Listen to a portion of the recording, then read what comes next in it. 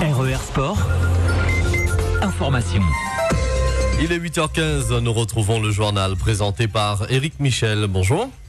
Bonjour à tous. Coup de colère de Gramoun hier en fin d'après-midi dans le quartier de Terre-Sainte-Saint-Pierre.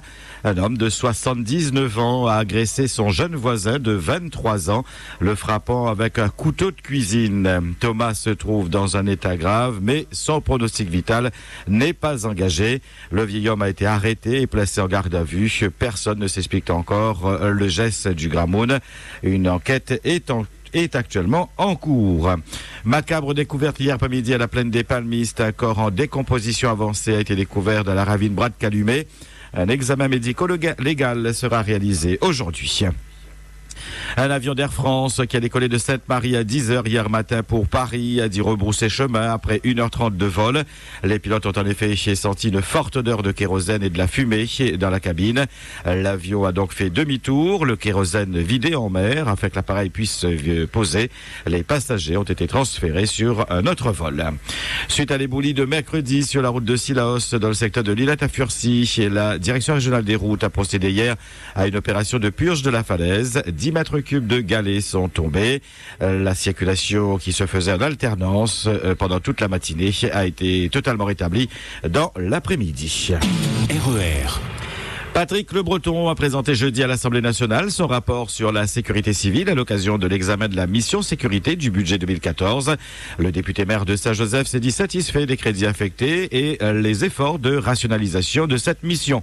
Patrick Le Breton a attiré l'attention du ministre de l'Intérieur sur le risque de propagation à l'ensemble des Outre-mer du phénomène d'insécurité que connaît actuellement la Guadeloupe. À ce titre, Manuel Valls a confirmé un déplacement à La Réunion et à Mayotte pour très bientôt. Enfin, le député maire de Saint-Joseph a interrogé le ministre sur la question de la mutation des policiers ultramarins dans leur territoire d'origine, dans la droite ligne des mesures favorables aux ultramarins qui seront présentées lors de la remise de son rapport sur la régionalisation de l'emploi qui sera rendu public tout prochainement. Manuel Valls a reconnu l'ampleur des difficultés soulevées par cette question et qu'il conviendrait d'y travailler pour trouver des solutions efficaces. Après la présentation du plan national de lutte contre la pauvreté par François Chérec il y a 2 jours dans notre île, le ministre de l'Outre-mer et la ministre chargée de la lutte contre l'exclusion ont annoncé la mise en place de la garantie jeune à La Réunion. Notre île fait en effet partie des 10 premiers territoires à tester cette mesure. 1839 jeunes de l'île vont bénéficier de ce soutien spécifique. La mesure déployée sur les 4 missions locales sera expérimentée jusqu'à la fin 2014. La garantie jeune s'adresse aux jeunes de 18 à 25 ans en grande précarité et qui ne sont ni en emploi, ni en études, ni en formation. La motivation et la disponibilité du jeune à s'engager dans un parcours d'accompagnement sont les critères essentiels de sélection. Ce n'est ni un droit, ni une prestation. Conclue sous la forme d'un contrat réciproque d'engagement d'1 an entre un jeune et une mission locale, la garantie jeune propose un programme d'accompagnement global et intégré pour une première expérience professionnelle. Le jeune s'engage dans une démarche active et dans l'emploi. Les premiers bénéficiaires de cette garantie jeune signeront leur contrat dès le 18 novembre prochain. RER.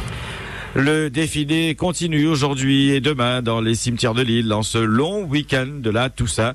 Les Réunionnais n'ont pas failli à la tradition et se déplacent par milliers devant les tombes de leurs défunts pour honorer leur mémoire.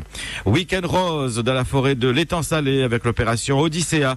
10 500 personnes sont attendues à partir d'aujourd'hui pour cette manifestation au sommet course à pied, marche, fitness, basket, natation. Le tout afin de récolter des fonds pour la lutte contre le cancer du sein. Myriel Waro et François Joron du groupe Poussano Sava sont les parrains de l'édition 2013.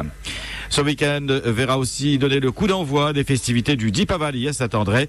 Jusqu'au 11 novembre, les associations vous invitent à découvrir et à célébrer la culture indienne et à fêter la lumière au parc du Colosse. Un Deepavali 24e du nom qui sera clôturé dimanche prochain par un grand spectacle de 140 danseurs, un défilé de chars avec 2000 participants et bien évidemment le feu d'artifice. RER. L'événement sportif de ce week-end, c'est bien évidemment la finale de la Coupe de la Réunion de football. Qui de la Saint-Pierroise ou de la Sainte-Louisienne remportera le trophée? Réponse demain après-midi à partir de 16h45. Match à vivre en direct sur RER Sport. Football toujours, tous les regards seront braqués cet après-midi sur le stade de Saint-Albe. Trois-Bassins recevra en effet l'ARC chez Bras-Fusil. L'enjeu de cette rencontre, le titre de dauphin pour les bénédictins. Mercredi en effet, la Capricorne qui partage ce fauteuil avec l'ARC Bras-Fusil s'est fait accrocher par le CS Saint-André 1-1. Le club de l'Est peut donc détrôner les Saint-Pierrois de cette deuxième place. À suivre donc sur RER Sport. En handball, troisième tour de la Coupe de France. La JSB défiera demain le Saint-Gratien Saint-Roi Handball Club du Val d'Oise, club de National 1. Événement qui se déroulera au gymnase Daniel Narcisse à la Possession. RER. 8h20 sur RER, c'est la fin de ce 6-8 du week-end. Merci de votre attention. Passez un agréable week-end et on se retrouve lundi matin.